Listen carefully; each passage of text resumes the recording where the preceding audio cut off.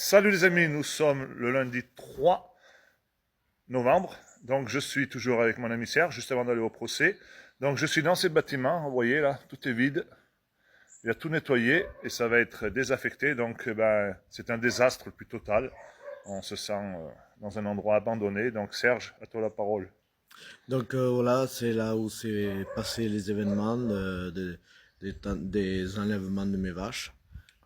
Ici donc étaient parquées les vaches, ils les ont chargées en face là. Donc voilà, voilà ici. Ça fait mort. Ouais, il n'y a plus de vie. Donc voilà, les chiens sont fermés dans leur parc et on les a aboyés, du coup c'est voilà. Donc voilà, après on va vous faire voir là où les vaches étaient.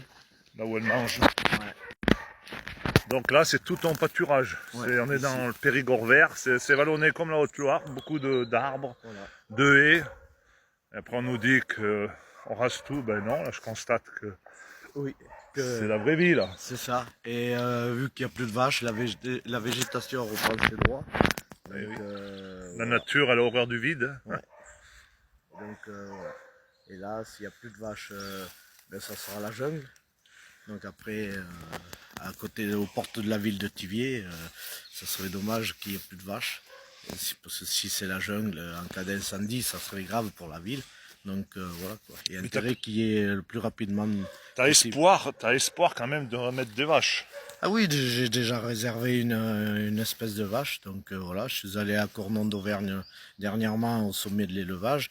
Donc j'ai rencontré des éleveurs qui justement m'ont fait donner du baume au cœur pour reprendre telle ou telle espèce de vache. Oui, mais t'es pas à l'abri que ça recommence pas, la tuberculose, parce que là, comme vous le voyez, on est en pleine nature, beaucoup de bois. Donc, qui dit beaucoup de bois dit beaucoup de gibier. Mais des renards, des sangliers, et tout ce gibier, malheureusement, c'est la nature, ils sont porteurs de la tuberculose et c'est souvent à partir de là que les vaches, au contact, l'attrapent. Oui, on ne sait pas vraiment. Il n'y a encore pas d'analyse bien avérée d'où vient la tuberculose. De toute manière, elle est concentrée dans des milieux humides.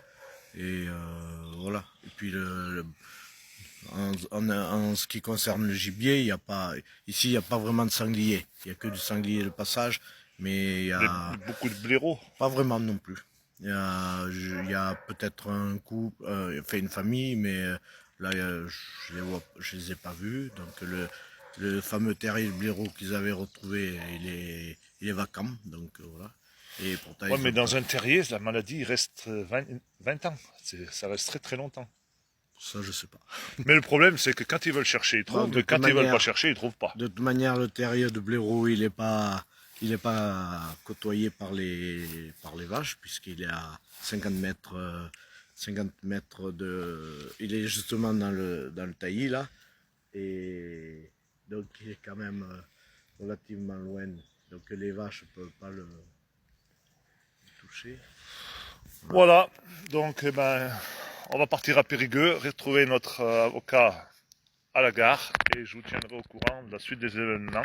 Donc, Aujourd'hui, je voulais préciser que les vaches, quand ils ont tenté de les prendre, elles se sont cachées dans les buissons, je me mets dans les buissons, là, partout, là, que vous voyez derrière moi. Ici, c'est là, sûr que là, ça devait pas être évident pour qu'ils les voilà. attrapent quand même.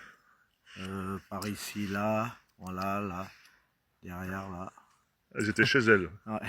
Donc, ici, là, que vous voyez dans les buissons là-haut. Donc voilà, à se cacher. T'as combien de surface là autour? Là, j'ai une quinzaine d'hectares en bloc. D'accord. Donc 15 hectares où elles y passaient la majorité de l'année et après elles rentraient dans le bâtiment. C'est ça. Donc l'hiver, j'avais un râtelier où je leur donnais à manger et où elles pouvaient aussi sortir selon leurs besoins. Voilà. C'est vraiment des vaches de plein air, un élevage de plein air. Donc Avec un troupeau de vaches rustiques, génétique ancienne. c'est ça, oui, une génétique ancestrale. Ma mère a passé toute sa vie pour mettre en place. Et du coup, ça faisait des vaches rustiques qui, justement, étaient rarement malades. Voilà. Voilà. Allez les amis, la bise. La bise.